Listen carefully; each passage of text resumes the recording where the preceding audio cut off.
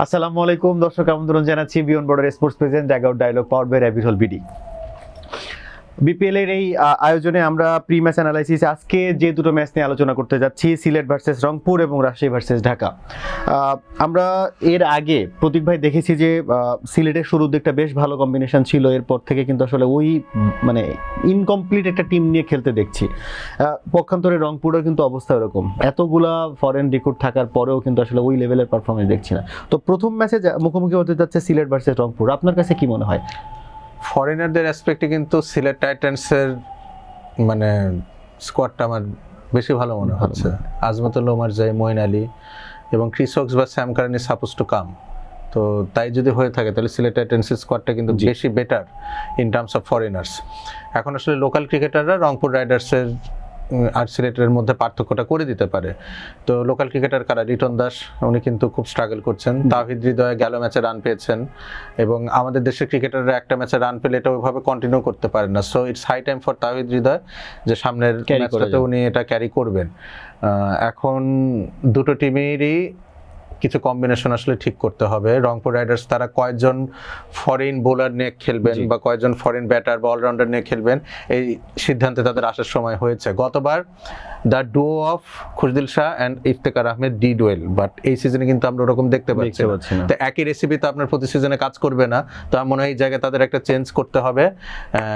ইফতেখার আহমেদের পরিবর্তে আমি সুফিয়ান মুকিমকে খুব ডিপলি চাইবো আসতে। সেই ক্ষেত্রে আলিসাল ইসলাম অ্যান্ড সুফিয়ান মুকিম মিড ওভার্সে যদি বোলিং করে, এই কম্বিনেশনটা খুব লিথাল হতে পারে।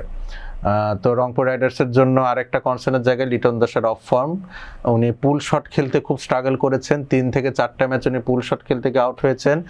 এখন স্পিনারদের এগেনস্টে উনি স্ট্রাগল করছেন। লাস্ট ম্যাচে সন্দীপ লামিচানের একটা কনভেনশনাল লেগ ব্রেক উনি গুগলি ভেবে খেলতে গিয়েছিলেন এবং আসলে কিন্তু সুইপ শটটা উপরে উঠে যায়। তো এটাই লিটন দাসের কিন্তু একটা প্রবলেম। আমরা অনেক সময় ধরে বলছিলাম যে গুগলি উনি ঠিকমতো পিক করতে পারেন না। আমিও আপনাদের সাথে অনেকবার বলেছি যে প্রতিটা বল গুগলির জন্য খেললেই তো হয়, তাহলে অ্যাটলিস্ট এলবি হয় না। আজকে বোধহয় ওই প্লটে কাজে লাগাতে গিয়ে কনভেনশনাল লেগ স্পিনে উনি একদমই রিড করতে না পেরে গুগলি ভেবে আসলে সুইপ শটটা খেলতে গিয়েছেন। এখন প্রতিটা বল গুগলির জন্য আপনি তখনই খেললে সাকসেসফুল হবেন যদি আপনি জাস্ট ডিফেন্ড করার ট্রাই করেন, কিন্তু সুইপ শট খেলতে গেলে আপনাকে আসলে প্রপারলি রিড করতে হবে বলটা। তো I hope Liton Das gets back in form. Mahmudul রিয়াদের ইনজুরি কনসার্ন, উনি আসলে ইনজুরি নিয়ে ক্যারি করছেন। আমার মনে হয় এটা কতটা ঠিক হচ্ছে, কারণ লাস্ট 2-3টা ম্যাচে কিন্তু রিয়াদের কাছ থেকে আমরা প্রপার আউটপুটটা পাচ্ছি না। So plenty of things to think about for Rangpur Riders. আমরা দর্শকদেরকে জানাতে চাই, দর্শক পয়েন্ট টেবিলের এখনকার সিচুয়েশন হচ্ছে চট্টগ্রাম পয়েন্ট টেবিলের শীর্ষে, তারপরে রাজশাহী, তারপর রংপুর, সিলেট, ঢাকা এবং সর্বশেষে নোয়াখালী।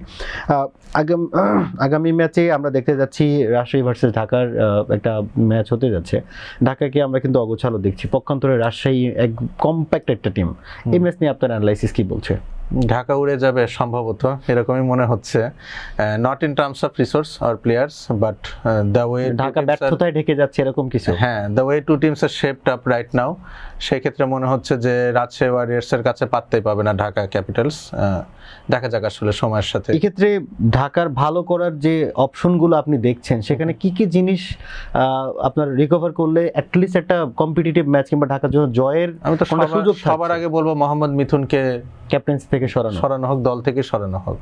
ওকে, তাসকিন আহমেদ যদি ক্যাপ্টেন্সের দায়িত্ব নেন এবং সাব্বির রহমানকে যদি ওপরে ব্যাট করানো যায়, শামীম হোসেন পাটোয়ারি এবং সাব্বির রহমান এই দুইজন হচ্ছে x factor Dhaka Capitals batting line আপে।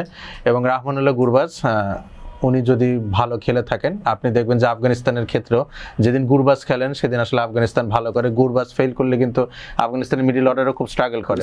তো গুরবাজের উপর একটা গুরু দায়িত্ব থাকবে যে শেষ 1-2 ম্যাচ যাই বাকি রয়েছে একটা ভালো পারফর্ম করতে। আমরা কিন্তু তার কাছ থেকে এখন ওরকম বড় ইনিংস পাইনি।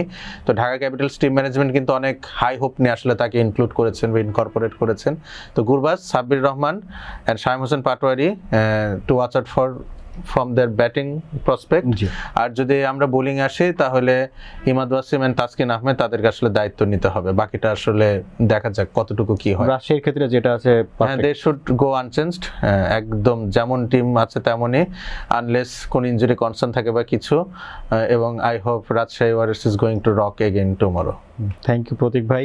আমরাও আশা করি জয় পরাজয় থাকবেই, কিন্তু কম্পিটিটিভ দুটো ম্যাচ আমরা দেখতে যাচ্ছি। দর্শক, আমরা চাই যে কম্পিটিটিভ ক্রিকেট হোক এবং বিপিএল ভালোভাবেই যাক, এই প্রত্যাশায় আজকের মতো এখানে বিদায় নিচ্ছি। আপনাদের সঙ্গে আবার দেখা হবে। সুস্থ থাকুন, ভালো থাকুন, আসসালামু আলাইকুম।